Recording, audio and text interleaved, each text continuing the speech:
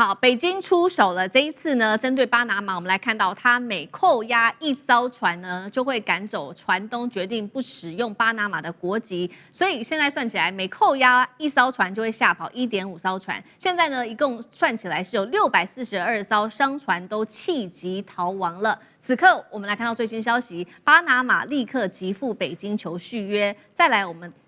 也看到了，林健也喊话了，呛巴拿马。今天就这些议题，我们会一起来做关注。巴拿马这次真的撑不住了，我们要来看到最新统计哦。截至6月份，中国对巴拿马籍的船舶进行的这个海上的港口国监督的检查，已经达到了超过470艘了。光是今年上半年，我们就可以看到许多的船东决定不再使用巴拿马船籍了，超过642艘大逃亡，退出巴拿马的船籍。原因很简单，船商他们船被扣押在这边之后，压力很大，除了会影响船程之外，还要付出许多巨大的成本，不管是船租或者是货柜的滞港费、违约金或者是船员的成本，累积起来初估光是一天就要烧掉1.8万美元，换算新台币大约是60万元。那么中国大陆不只是针对巴拿马的船籍祭出这个报复性的制裁，还有呢打的是法律战跟贸易战。我们先来看到法律战，最新启动的国际仲裁向巴拿马求偿至少20亿美元，这是长江和记做的。再来看到贸易战了，中原海运决定呢要全面暂停部分在巴拿马这边的业务，并且呢针对巴拿马新的投资全部做冻结，预估损失超过数十亿美元。再来另外一个贸易战就是针对巴拿马的农业了，加强对巴拿马的香蕉、咖啡的进口做严格的检查，导致现在巴拿马70%的香蕉都没有地方可以做销售。当然了，巴拿马的农民压力非常的大哦，现在日子过得苦哈哈。我们先来看到，首先看到中国大陆加强对巴拿马籍的船舶做检查，扣押一艘，吓跑1.5艘船。这个要付出多大的一个经济代价？为何全球的船东宁可放弃巴拿马籍，也要做这样子的决定？上次哥怎么看？好，首先我有更新的数字哈。那么我们是6月14号录影，在6月13号昨天，中国大陆跟巴拿马那边都有公布最新的数字。这个数字是什么呢？首先呢，现在被扣在中国各港口，包括有香港、澳门的，大概是492艘挂巴拿马船的船籍被扣啊。而且其实现在事实上是全世界挂巴拿马旗子的船大概是8800艘，而现在呢已经改挂的不是我们现在看到说起来没有2500艘已经直接改挂了。所以这个严重性就可以知道，因为过去巴拿马呢光靠挂这个旗子，每年可以收大概6.5亿美金。这个真的是不小数目你就只是让他们挂跑来跑去，也不干你的事，也不用管他们。所以呢，这次不只是巴拿马自己严重，已经1/3的钱已经收不到了。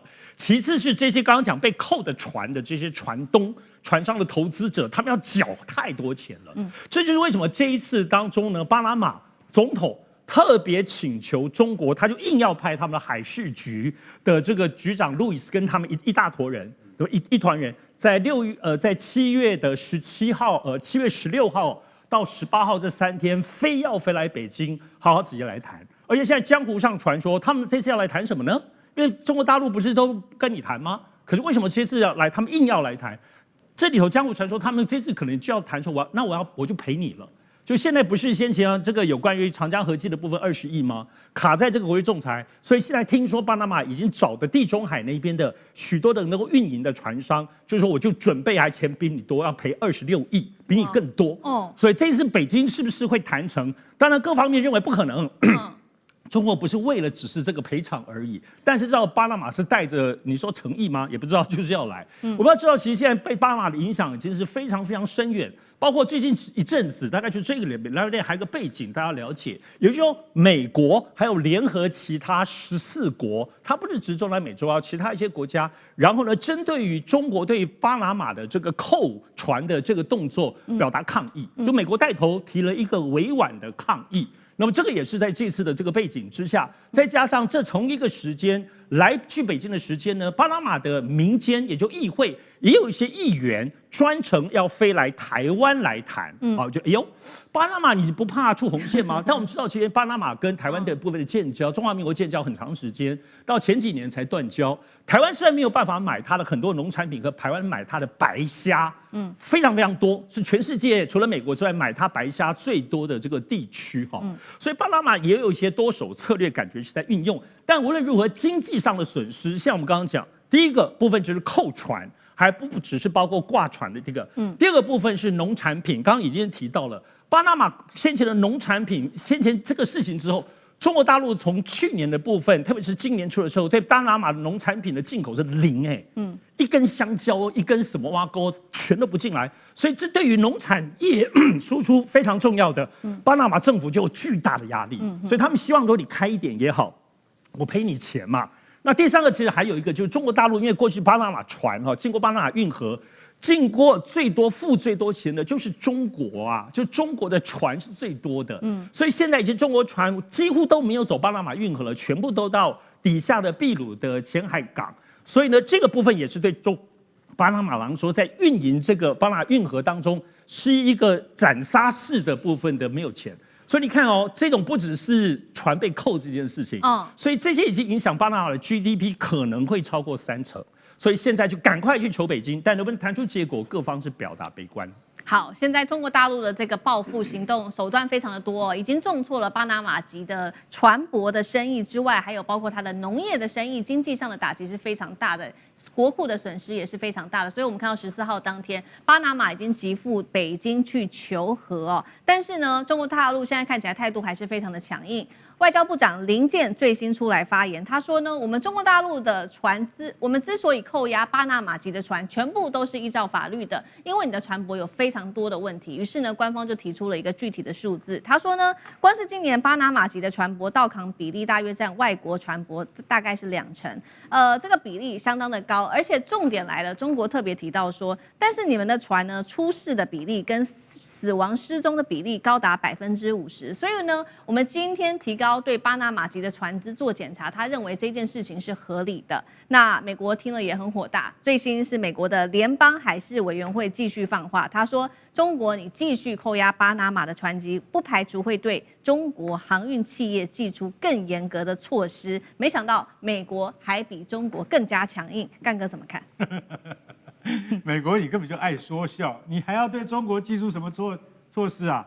好，我先坦白讲一句好了，巴拿马被扣的这很多船，都是运送美国货物啊，所以美国才会跳起来 ，FMC 才会准备要这样干。那什么？那叫外交放话，外交辞令，你听听就好了。我们现在来算账好不好？1997年开始，长江和记实业跟巴拿马政府是签约的。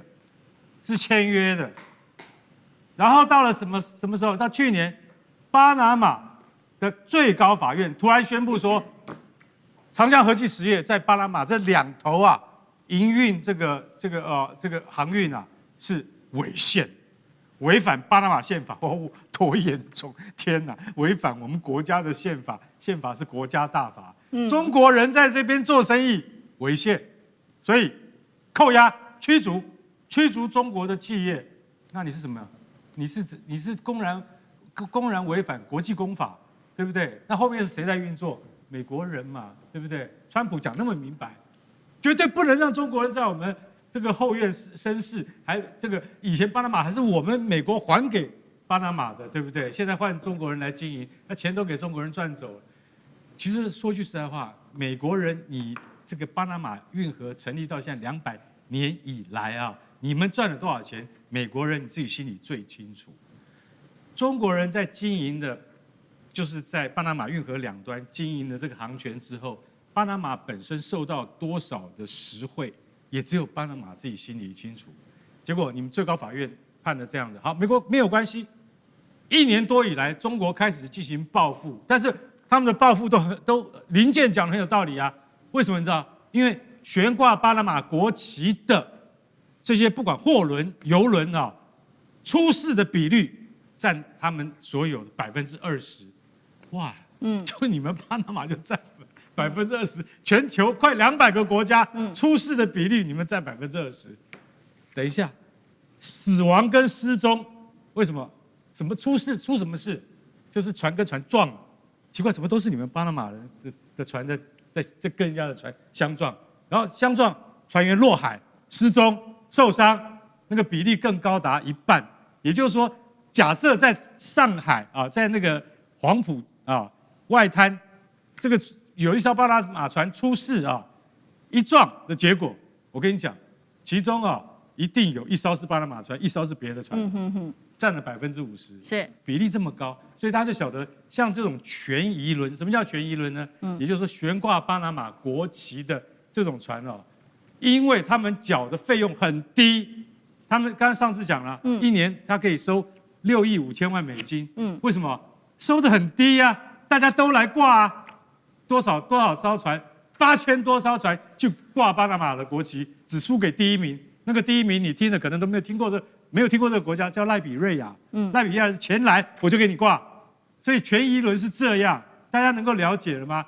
巴拿马是到处都要赚钱，造成今天这样的结果。我可以告诉你，现在巴拿马的船被扣押这么多，中国还继续说，来巴拿马你的香蕉出问题了，你的咖啡出问题了，我可以告诉你，你要跟中国斗哈，巴拿马哈，我看你一口气哈会喘不过来，美国到最后也会知难而退的。好，所以现在的问题就是说，那巴拿马继续还会再跟中国斗下去吗？那最新消息我们刚刚也特别提到了嘛，所以巴拿马现在人呢就去了北京，代表团去了北京，希望能够跟中国好好的谈，签订这个叫做海上运输协定哦。因为呢，其实，在过去多年来，其实巴拿马在中国的港口是有很多优惠的，不管是这种优惠港口的费率，或者是快速通关等等，他也希望说能不能借由这次的谈判拿回来。那其实这一次巴拿马之所以去中国，也是因为这个巴拿马总统的授权哦。所以接下来巴拿马的态度又是如何呢？